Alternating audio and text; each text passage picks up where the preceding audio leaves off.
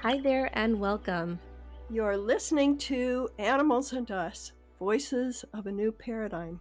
My name is Avantika, and I'm a researcher exploring animal consciousness, environmental sustainability, and planetary health. I want to help bring animal perspectives to the table and transform our relationship with the natural world. And I'm Barbara. I'm an animal communicator and retired veterinarian. My true passion is exploring the hearts and souls of animals and helping people come to a much deeper understanding of who the animals truly are at their core. This podcast is for anyone who loves animals and nature and has an interest in their own personal and spiritual development. We'll bring you powerful conversations with fascinating people about animal and nature sentience, consciousness, and communication. Thank you so much for joining us on this journey of love, respect, understanding, and care for the fellow beings who share our beautiful Mother Earth with us. Hi, everyone, and welcome back to Animals and Us, Voices of a New Paradigm. Today's episode is a really special one. A few months ago, Barbara and I had the incredible opportunity to sit down for a spontaneous, unplanned conversation with someone whose life and work have profoundly shaped the global environmental movement, John Seed. John is an environmental activist, writer, filmmaker, and founder of the Rainforest Information Centre in Australia. He's been on the front lines of rainforest conservation since the 1970s, working tirelessly to protect ecosystems right across the globe.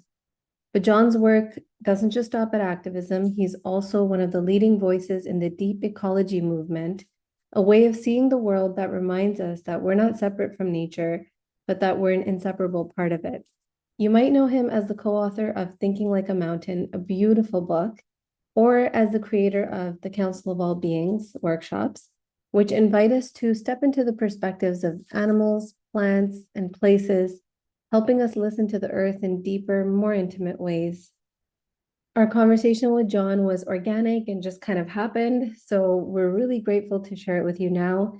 You'll see that it touches on so many themes that are close to our hearts: grief, love, interconnection, and the possibility of transformation when we truly remember who we are in relation to the living world. Here's our conversation with John Seed.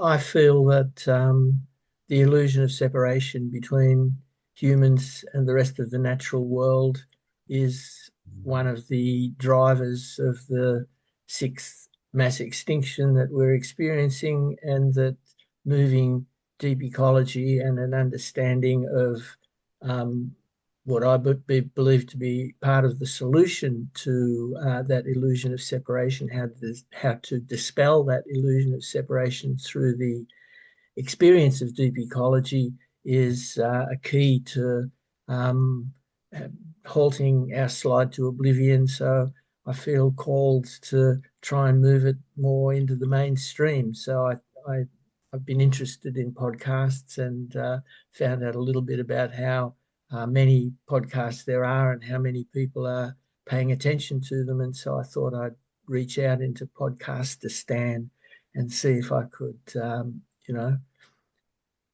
move that needle.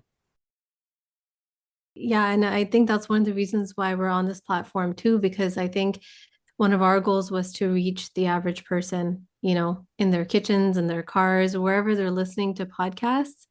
And especially for me now, getting back into the academic world, there's so much knowledge, there's so many ideas, there's so many discussions there that sometimes have a hard time escaping the confines of academia.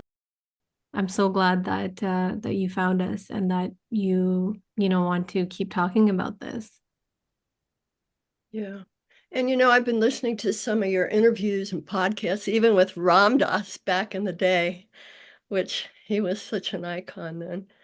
But my question, maybe I'm too premature with this, but my question is, you talk about how ideas and awareness are not enough, that there's an ecological identity that's important to have, and I agree, and I'd like to know more what you mean by that. And then the other part of this question is, you've been doing this work for so many years, and I want to know from your experience how we are going to shift consciousness, because that seems to be your goal, and it's certainly ours here. Um, is it by standing in the way while people are cutting down trees and then getting sent to jail? Is it by doing protests? Is it by these councils that you conduct? What have you found is most effective in really changing people's consciousness into an ecological identity? Well, thank you. So ecological identity is a term that was, I think, anyway, where I learned it was from my teacher, Arnie Ness, who was the professor of philosophy from Oslo University, who coined the term deep ecology and who set the deep ecology movement in motion. And so there are many different ways to answer the question of what that is, but I think that the only real answer is to have the experience of that shift, that everything else is like the finger pointing at the moon and not the moon itself. And that experience, I believe, there are many different ways that people find their way to that experience, and spending lots of time in nature, especially wild nature, is one, and having a relationship with the non-human world, sometimes just a single animal can be another. But for me, the piece that's stood out has been the attempt that I've made with Joanna Macy and others to create the community therapies, was what Arnie Ness called it. He said that ecological ideas won't save us. What we need is ecological identity, ecological self. And he said that he thought that community therapies were what would move us from a merely social identity, which is what all of us have been brought up with, to an ecological identity. And Joanna Macy and I created the Council of All Beings in the first place as an attempt to give substance to that. And both of us have been exploring the meaning of ecological identity and how to encourage it, how to nourish it. It's not something that you create because it's who we are. So we all understand intellectually that every cell in my body is descended in an unbroken chain from the first cell of life on Earth, and therefore I am connected to everything else. I'm related to everything else alive, but that doesn't impact who we experience ourselves to be normally. And so through the Council of All Beings and the other experiential deep ecology processes that Joanna and I and others have created and that we facilitate, we're exploring how to nourish this ecological identity and how to bring it about. What I will say is that it's become clear in the intervening years that the kinds of processes that we do are synchronous with the kind of ceremonies that all Indigenous communities practice, that there is no Indigenous community that has maintained its ceremonial life that doesn't have regular meetings where the community gathers and puts aside the day-to-day and spends some time in honouring all our relations, in honouring the living earth, in remembering who we are as part of the web of life. And this came to me as a kind of a shock quite early on in the piece when I witnessed such a ceremony conducted by some Hopi people on a mesa in the southwest of the United States. And I saw, to my surprise, that they were doing the Council of All Beings, which I thought Joanna and I had invented a few years ago. But they assured me that they'd been doing for 10,000 years without a pause. And it seems that what that indicated to me was that tendency to drift away from connectedness, the tendency to drift away into merely social ways of seeing the world, of framing the world, is not just a modern phenomenon. It's not just because we live in cities and water comes out of a tap rather than a stream, but must be something that goes deep in the human, because otherwise, why would it be necessary for even hunter-gatherers to continually, it seems to me, remind ourselves of who we really are? And so we moderns may be the first culture in a quarter of a million years to dispense with these things and to imagine that we can somehow move forward, considering these things to be mumbo jumbo or empty ritual woo woo. And I think that the consequences of losing that part of our ceremonial existence are writ large upon the world. Yeah. Yeah. So have you seen that these councils, are you still conducting the same kinds of councils, or have they evolved differently over time? And do you see that the impacts of the councils last for people, that their whole identity actually does change? I am continuing to do them. I've got 3 coming up in the next 4 weeks, and I'm more excited than ever. That's so great. Uh, I mean, the interesting thing is that I'm doing exactly the same thing that I've been doing for 30 or 40 years, but all of a sudden, although the hippies and pagans and witches that have always loved this work continue to do so, in the last few years they've been joined by ordinary folk, doctors and lawyers and public servants, and recently even a senator or two. So that I feel like the time may be becoming ripe, and that's kind of why I'm reaching out into podcast land to just locate. Many people come to the workshop and say, I'd never even heard the words deep ecology, and I was listening to the radio and da da da. And I realized that this is something that I'd always known, but I didn't know there was a word for it. And so I feel like I'm reaching out to find people like that. But I think that my experience is that ecological identity isn't something that it's not something like a permanent change, but rather it's something that magically emerges from doing this work. I remember quite early on in the piece, I wrote to Joanna in some perplexity, saying that I've been so excited to be creating new processes and new forms to try out on people, if I could find people to try them out on, and everything worked. And how could that be? And her answer was that she felt that whatever separation there was between humans and nature was all coming from our side. The earth never pushed us away. And that whenever a group of people gathers with the shared intention to heal that separation, the earth comes rushing back in, and that it hardly matters what you do after that. The intention does the heavy lifting, and the community Arnie Ness called for community therapies, that this is something that's done in community, and it's watching each other emerge that helps us to emerge. And so it's this kind of iterative process that goes on.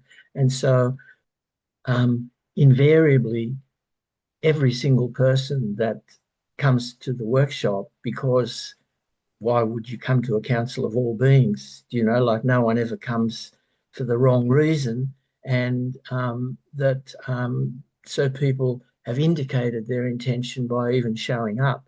And then after that, it's just very, very easy. And there's just this sense of coming home to something that we've known all along, but it doesn't last. I mean, we can there are some practices that we can use that will let it linger a little bit more. But I believe that the reason that Indigenous people do things like this all the time, over and over again, many times in the course of the year, is the fact that it's a bit like a sumptuous feast, and no matter how delicious and how exhilarating it is, a little while later we're going to be hungry again, and you'd better you'd better just you have to live with that. That's just the way that the world is. So I've done these processes hundreds and hundreds of times over the years now, and I always shoot up into let's call it ecological identity with everybody else. But it's not a place that I can, I can't say, oh, I have ecological identity or something like that. What I have is the uh, utter certainty that I know how to find it again and again and again, and how to show people how to do that, but not as a permanent kind of resting place or something like that. Wow. I'm wondering, John, if you can, for people who haven't heard or don't know much about the Council of Beings, could you briefly explain what that type of experience looks like or feels like? Well, uh, first I'll frame it by saying that what we call experiential deep ecology in Australia, Joanne has been calling the work that reconnects, and that's the term that it's better known as in the United States and Europe.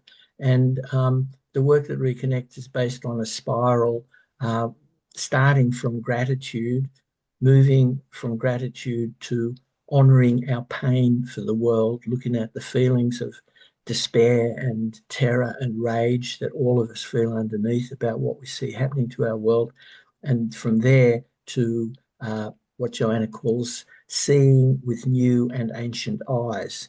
And the Council of All Beings comes in at that point. And so the Council of All Beings is one of a series of rituals or ceremonies that we practice. And from there, we go on to going forth, how we take this out into our world, how we maintain it for as long as we can after we're no longer in that circle, and then back to gratitude again. And that's the course of the weekend.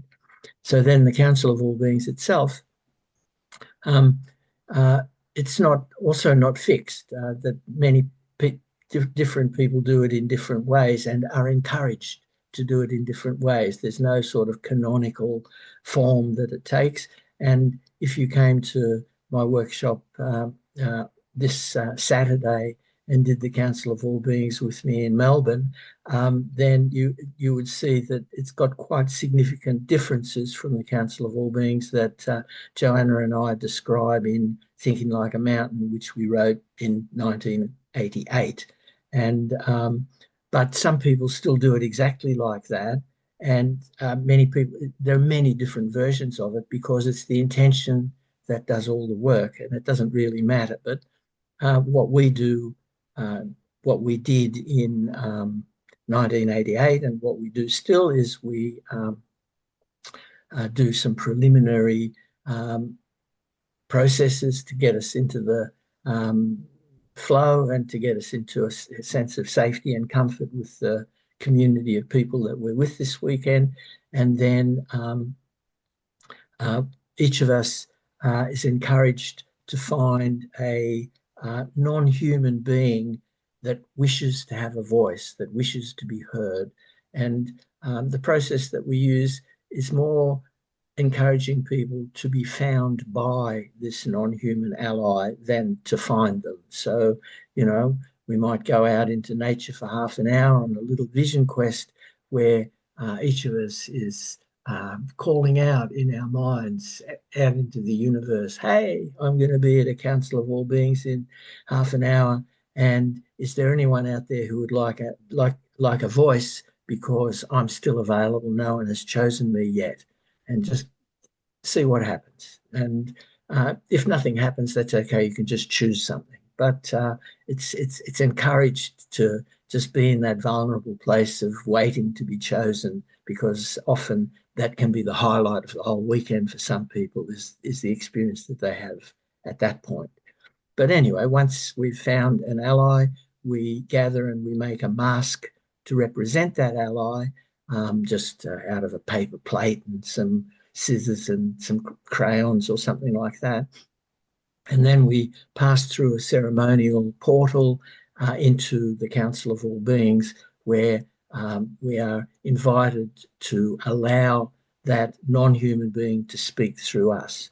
And we emphasize that you don't have to believe anything. You don't have to believe that this really is the voice of Echidna that is speaking through me. Just play with it as if you're a little child, and just wait until you want to say something, and see what happens.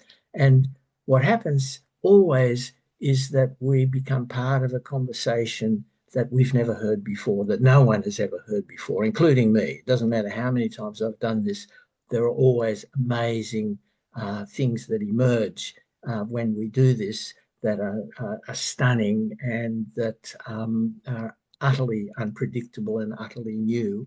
And it's part of this sense that we get of a much wider world than the one that we normally inhabit. It's part of the experience of growing beyond our normal social frames. So one of the differences in the way that I do the Council of All Beings now is that I put out the request that there are no humans in the council. So I say that this is the council for non-human beings. Not that the human isn't part of the Council of All Beings. The whole point of deep ecology is that we are a part of the Council of All Beings, what Aldo Leopold called a plain member of the biota. Yes, we are.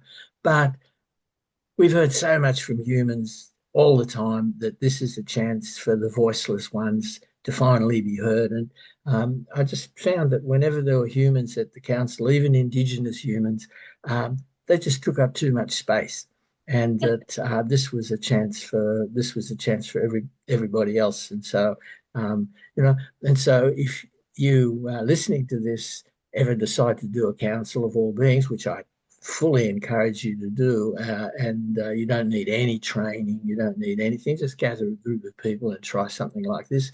Read Thinking Like a Mountain first if you like. The PDF's available online for free, but it's always amazing, and you can do it your own way and it'll work just as well.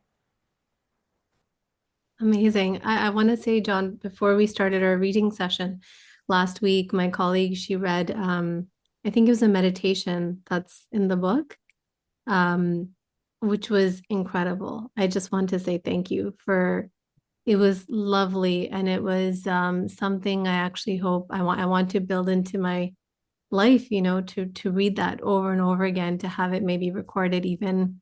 It had a way of just transporting me into these other beings and seeing and thinking and feeling what it was like as evolution has happened over time, and it was just lovely. So I just want to say thank you so much, and thank you for describing what these gatherings are like. I feel like, Barbara, we need to figure out how to get there. I feel like it would truly be an experience of a lifetime, and it's even more exciting that it can happen again and again. It should happen again and again, and it can happen very simply in ways that we can, create in our own lives right now. So I'd like to say that because of the interest in this work, I'm now training lots of facilitators. Not that facilitators need training. No one trained me. People can do this without any training. But it often gives people confidence to have done it before, especially to have done it with the expert or whatever it is. So this weekend, I'm going to have 3 co-facilitators, and I won't facilitate anything. I will do the introduction and a few poems, and people will be reading it off a script, and it works just as well. It actually works even better than when I do it, because when I do it, people think it's because, oh, yeah, well, he's been doing this for decades and isn't he fantastic?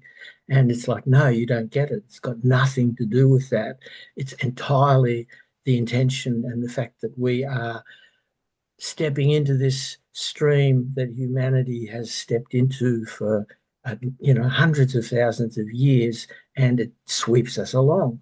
And so whether you're in Belgium or wherever you are in the United States, looking for the work that reconnects or deep ecology, there'll be something very close to you, and whoever it is that's doing it will take you to the same place that I would take you to. That it's not like it hasn't got anything to do with the particular person who's facilitating or anything like that.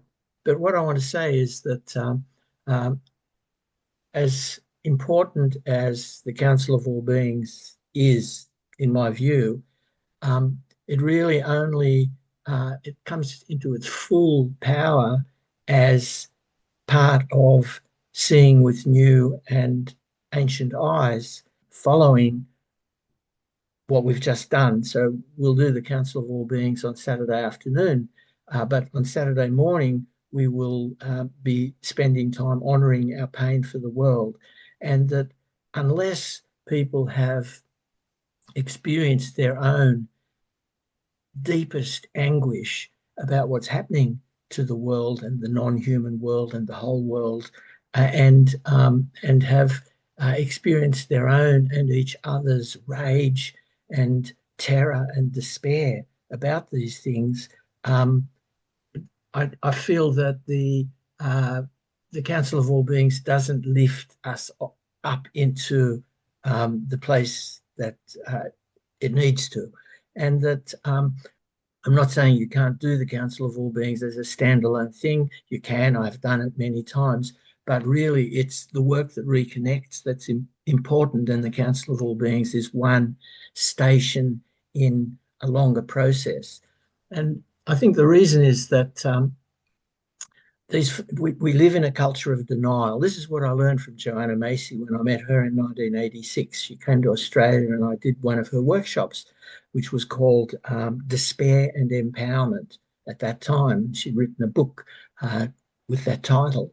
And what I learned was that we live in a culture of denial where many of our deepest feelings are never welcome. And it's not just that there's never an opportunity to share these feelings, but we're taught to fear these feelings. And right from a very early age, we're taught to suppress these feelings, and that we can do so successfully that we can become completely unaware of them. But these feelings are an integral part of our intelligence, that if we look back at our 4,000 million year evolutionary history on the Earth, we can't deny the fact that we have this extraordinary pedigree of success where every single one of our ancestors was intelligent enough to reach the age of reproducing itself before it was consumed, without exception. And in every generation all around us, millions fell by the wayside because they didn't make it through that sieve. And that what 99.999999% of that preceded cognition. What we call feelings is what remains in us of an ancient intelligence. We can call it intuition, we can call it instinct, doesn't matter. But what we call feelings is what guided our ancestors unerringly through tumultuous, troubling, challenging times to make the correct decision when to flee, when to fight, what was safe, what was dangerous. And so suppressing those feelings is suppressing that intelligence. And that intelligence is pushing up with the force of natural selection behind it. In every generation, the accuracy of those feelings was tested, and only those that made good decisions made it through the sieve. And so we're descended from 4,000 million years of good decisions. And if we're making bad decisions now, it's because the passion, we can know what's going on, but it doesn't make any difference. That we all know what's going on, but it hasn't changed our behaviour, because the passion that's necessary to actually guide that understanding, guide the cognition. The cognition is helpless without the when I say I was moved to do something, I was moved to act. Movement requires that passion, and we've lost that passion. So doing the despair work on Saturday morning, where we create a safe container that invites these feelings, that honours these feelings, that celebrates these feelings, is what creates the condition for the incredible surge of energy on Saturday afternoon. That all of the energy that was tied up in suppressing those emotions becomes available to us, as do the emotions themselves. And that's what fuels the Council of All Beings. That's what allows the scales to fall from our eyes and for us to see the world anew. Wow. I'll just tell you that years ago, probably 25, 30 years ago, I did something I mentioned with Matthew Fox. It was a big room, and we did the despair work. And for me at that time, it was so overwhelming. There were probably 50, 100 people in that room, all screaming and crying. And it was too much for me, I mean, so is there a way that you probably have smaller groups if you're doing councils, but oh my God, it was intense. And I'm so used to doing my own grieving and crying and inner work by myself, in a safe space, but being in the middle of so many people going through these dramatic emotions, it was a lot. How do you manage that? Um, well, I mean, I've I've worked with Matthew Fox. I knew him years ago, and but so I never worked with as large a group as that, and 35 people is the maximum number of people in the circle that I do at the moment. And part of it is preparing people and it is overwhelming. It is totally overwhelming, but we recover.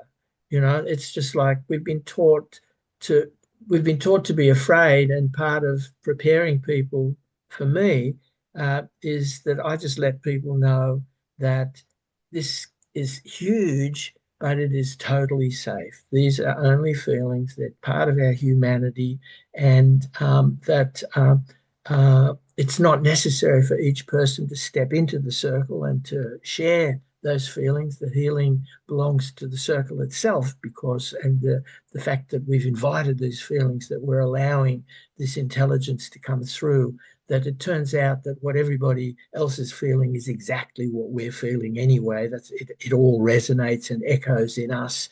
We're all watching the same movie. We're all in the same world together. And I let people know that although we've been taught to fear these feelings, if I were to fully experience the depth of the anguish about what's happening to my world, surely I would be crushed. I would become hopelessly depressed. Maybe I'd commit suicide. Something terrible would happen.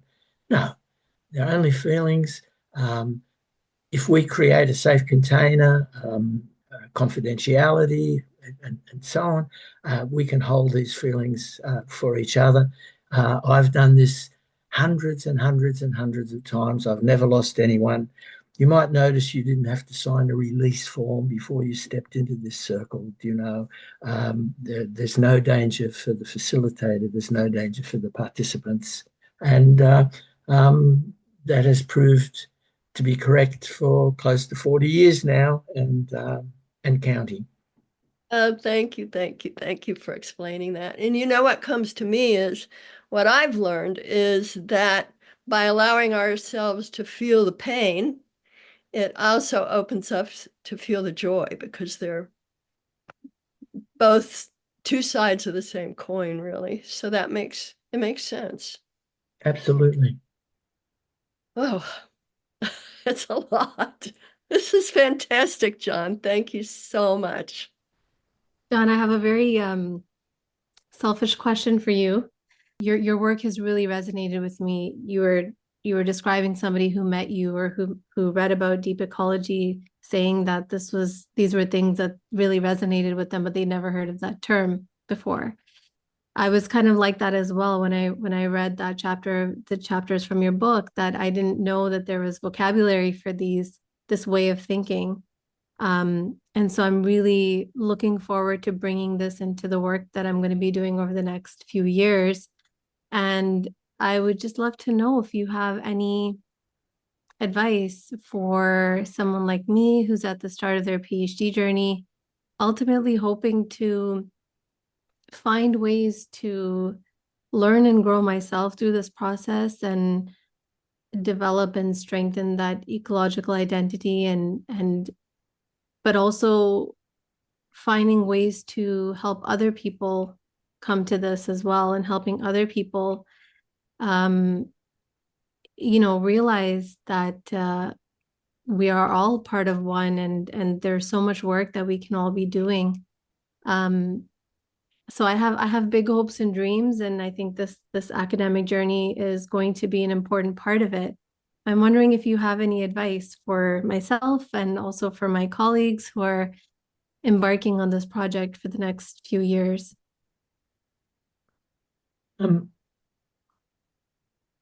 I was listening to a podcast not long ago, and I can't remember the name of the woman, a scientist, and she pointed out a startling piece of research which I hadn't run into before, where they gave a difficult question to a large group of individuals, and it was of such difficulty that only 1 in 10 came up with the correct answer.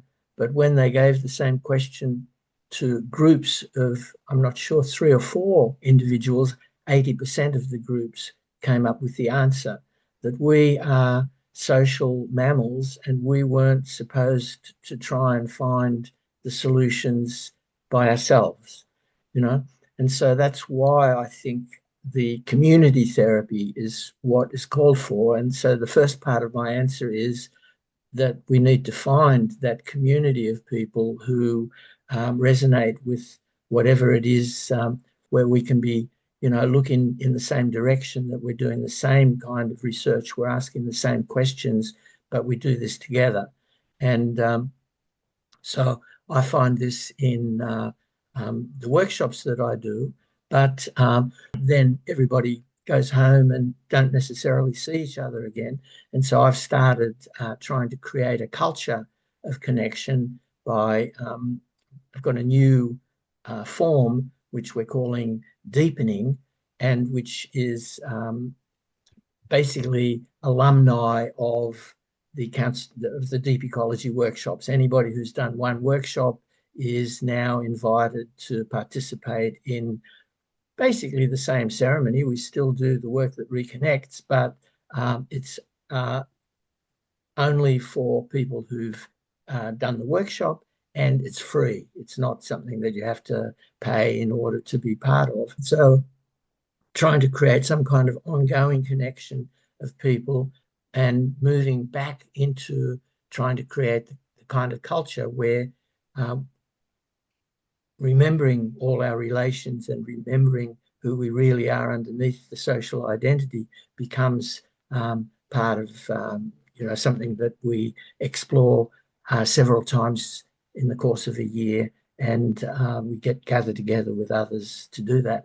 But anyway, my answer is just find other people who are already doing this work, or invite, send the invitation out into the universe that you're looking for people to be working on this with. And it seems to me, especially at this time, because of the incredible social engineering that's going on, manipulation of ideas, manipulation of the truths, all of the silos that everybody's disappearing into, and so on. It's becoming harder and harder to feel that we're feel any confidence in the truth that's coming through the internet, through the social media, and so on. And it's becoming more and more important to feel the honesty of individual people that we can meet from time to time and be together in person, that just seems to be even more important than it's always been. And so to be creating a tribe wherever we are, I feel like it's going to be ever more important as the world descends into the chaos that's clearly accelerating at the moment. Thank you. Thank So you. just find a group of people to ask this question together. Yeah.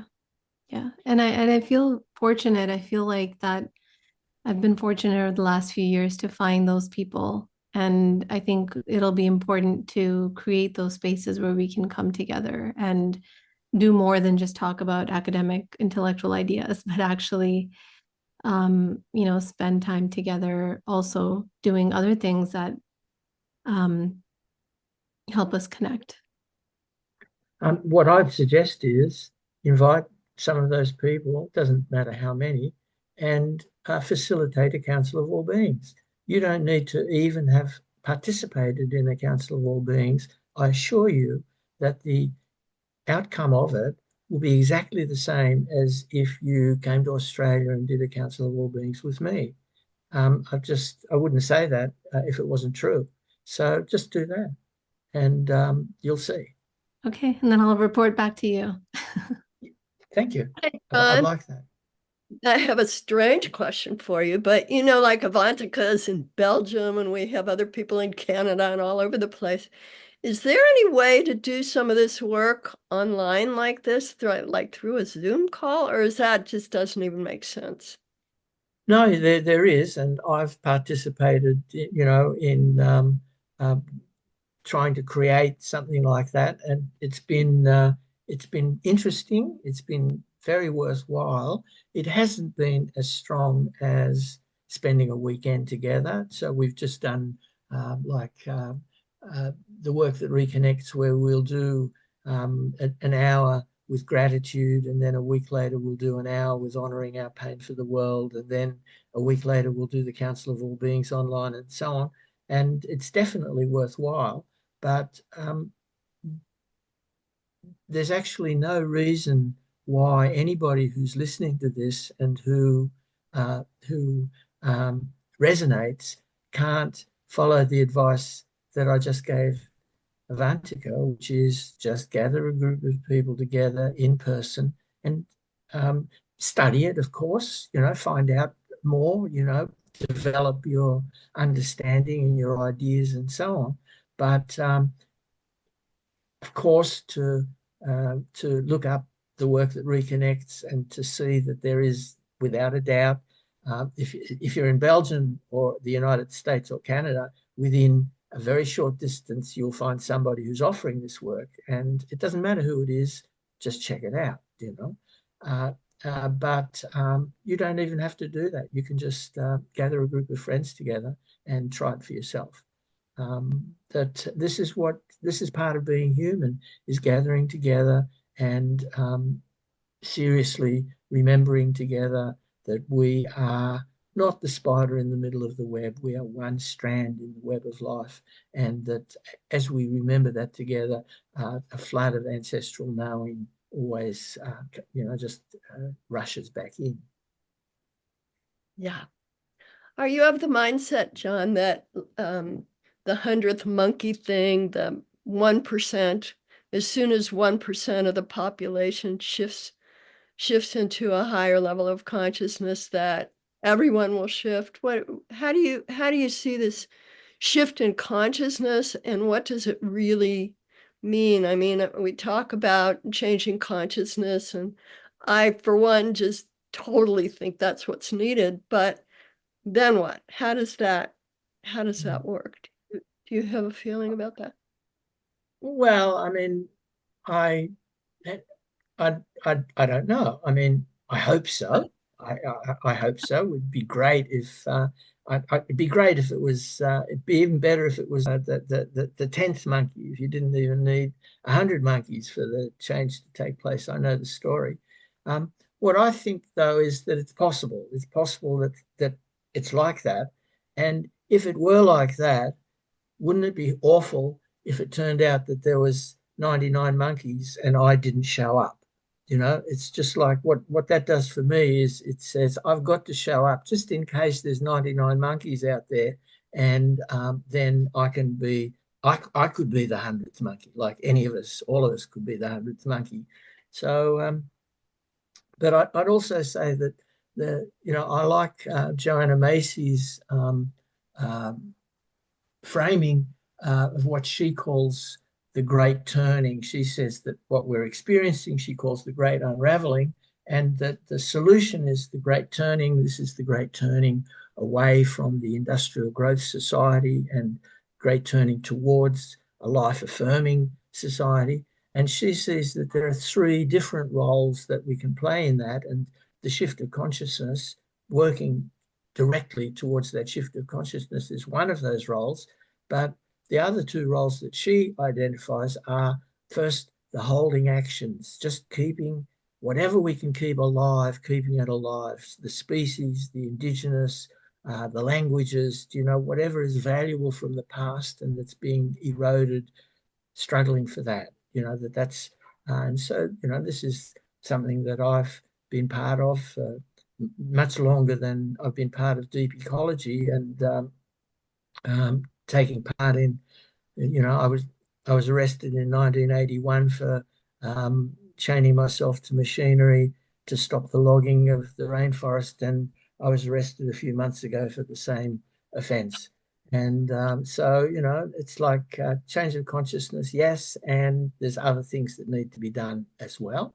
And then the third station that Joanna identifies is the being involved in the changing the structures, in creating the new forms, even while the old lingers and the tail of the dinosaur thrashes around us, creating the new permaculture, transition towns, eco villages, the new structures, the new forms, creating the kind of world that we want the world to be. And so I just think it's important to hold all of those, because sitting around the campfire at a blockade, the conversation often turns to the fact that if only everybody was doing what we're doing, everything would be okay. And it's no, there's not just one thing that needs to be done. And so to recognise that even though what I'm called to do may be, to be training everybody in permaculture and creating a regenerative agriculture, healing the soil, and so on and so on. Nonetheless, I recognise that the people that are, saving the whales, and the people that are facilitating deep ecology workshops, we're all working on the same project together. Yeah. I have Boy. one more question for you, John. And I promised my colleagues that I would ask you this when I met you, but our project is focusing on this term called intuitive interspecies communication, which is that term itself is evolving, its definition is evolving, but more or less what it involves is a two-way communication that can happen through our senses, through our intuition, between any species, but we're looking at specifically humans being able to communicate intuitively with other beings. And that's what, Barbara's been doing for 30 plus years. So I'm wondering what your thoughts are about that. Is it right in alignment with your thoughts and your way of seeing things? Is it a little bit different? Curious to know what you think about animal communication. Well, I mean, it's fully in alignment, but I'd have to say that it's an element that I haven't explored very much, and that I feel a little bit, I'm almost like deficient in those abilities that I admire and totally trust. But only recently, someone who was co-facilitating a workshop with me led a process that had been based on the work of the late Stephen Harrod Booner, who wrote a lot about communicating with the plant world, to my utter astonishment, I found that I was able to do that, that it was quite easy. It only took like half an hour of preparation. And I had this distinct realization that I had just communicated with a plant, and that in the sharing circle afterwards, it turned out that nearly everybody had communicated with a plant. And it was quite an eye-opener for me, so that I'm just very new in this. And one of my colleagues in the Deep Ecology movement, Sky Cielita Flor, has studied with Stephen Booner, and she's doing these study groups, 10-week study groups online, based on his work. And I've just signed up for one of her study groups. So I'm doing my in-service training at the moment to become better able to answer questions like that one. And, maybe I'll send you a link to her study group to add to your show notes or whatever, because this is the 5th time she's done that, and she's been getting 5-star reviews from everybody. So I'm very excited to be, maybe let's talk again in a year, and I'll have a much better answer to your question. Sounds good. That would be But wonderful. you know what? That surprises me, because the Council of All Beings are all based on interspecies communication. That's what it is. It's people getting into the consciousness of different plants, animals, the earth, whatever it is, and speaking from that place. So that is interspecies communication from my perspective. Yeah, well, it certainly can be, but the Council of All Beings doesn't actually require one to believe that interspecies communication is even possible. All that it requires is that we just let go and see what happens. And sometimes there is a sense that we're actually hearing from a voice that, like you really get the sense that, oh, I don't know, I mean, I'm just remembering there was an Australian uh,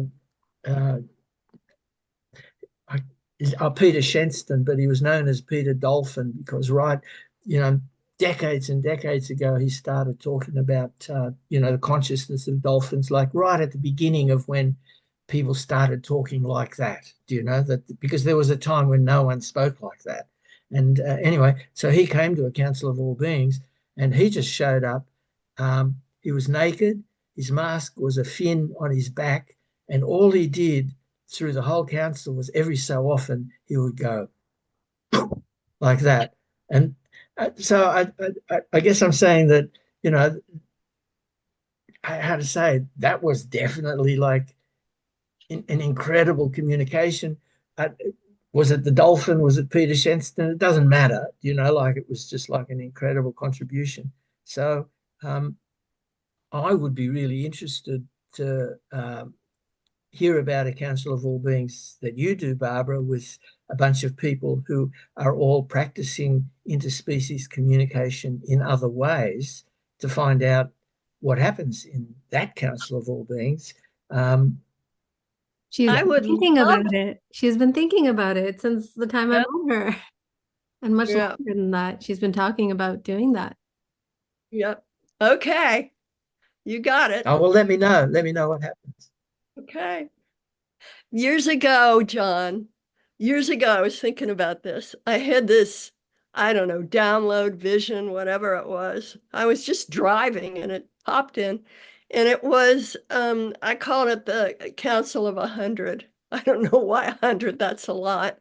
But my vision was to have a group of people who, not just lay people, but people are communicators, or people who work with animals in some way, or people that have some kind of political clout or something. And we would all do a council of beings, essentially, and have a whole conversation about, from the perspective of the animals, especially, what can we do to help the animals? What can we do to help the earth? And just really get some information from all these beings. So I had that a long time ago, and I haven't ever been able to make it happen. But this is very similar. I hope so. I mean, I'll have to say that the conversation at the Council of All Beings that I've participated in is much more likely to be about what can we do to help the humans, is what they tend to be talking about. You know, the poor things. You know, they're so lost and so deluded and creating so much suffering for all of us, including themselves. What can we do to help them? Yeah, no, exactly. Exactly. They're very, from my perspective, the animals just overall are very compassionate and very wise. And even though they've been severely abused in many cases, they have this compassion and love, for all of us. And if we could only harness that and learn from it, how would humans change? So, no, I agree with you. Yeah. So we'll regroup in about a year and share notes. Why don't uh, take my advice, Avantika, and find a group of people and start something. Take your own advice, Barbara, and get together with the Council of 100 or so on. And then let's meet again whenever it is in 6 months or 12 months' time and continue the conversation. Okay. Yeah, we talked about some wonderful things today. I think today's conversation was lovely, and we have things to report back to each other on. So We Yeah. do. that idea. Thank you so, so much. And thank you for the work you've done for the world, really, for so many years. It's truly a Thank you, blessing Barbara. to the earth. Yes. Well, thank you so much for your time, John. We really, really appreciate it. Oh, thank you, Avantika. Thanks, Barbara. I, Uh, what a gorgeous way to start the day. Now it's 7:30 in the morning, and I'm ready to roll. Enjoy this lovely day. We were so Yeah, lucky we got to see the sun rising. Started yeah. off with the dark background, and now it's beautiful yeah, and sunny. Yeah. yeah. Thank you so Yeah. much for your time. And that was our conversation with John Seed. We hope you enjoyed tuning in and listening to our discussion with him. Early in this episode, I mentioned a particular meditation from his book, Thinking Like a Mountain, that I had the chance to experience. This was actually adapted from the book by my colleague, Lisa, who is also doing her PhD in the same project that I'm part of. Lisa did a beautiful job guiding us through this meditation, so we actually have a special treat for all of you. She's going to record this meditation for all of you to hear and follow along as well, which will be released in just a couple of days. So if you're curious about the meditation, be sure to check back soon for that. And I also highly recommend looking at all the other meditations from the book as well, because they're all really beautiful. Well, thank you for being with us for another episode. We hope wherever you are, whenever you're listening to this, that you feel inspired by all that John shared with us. And as always, we'd like to end with the blessing for the animals. We'd like to end this podcast by taking just a moment to be quiet. And we give thanks and blessings to these amazing animals that we share our lives with. They give us so much and ask for so little in return. We hope that you can keep the animals and all living beings in your heart and in your mind as you go about your day. Thank you so much for being here with us today.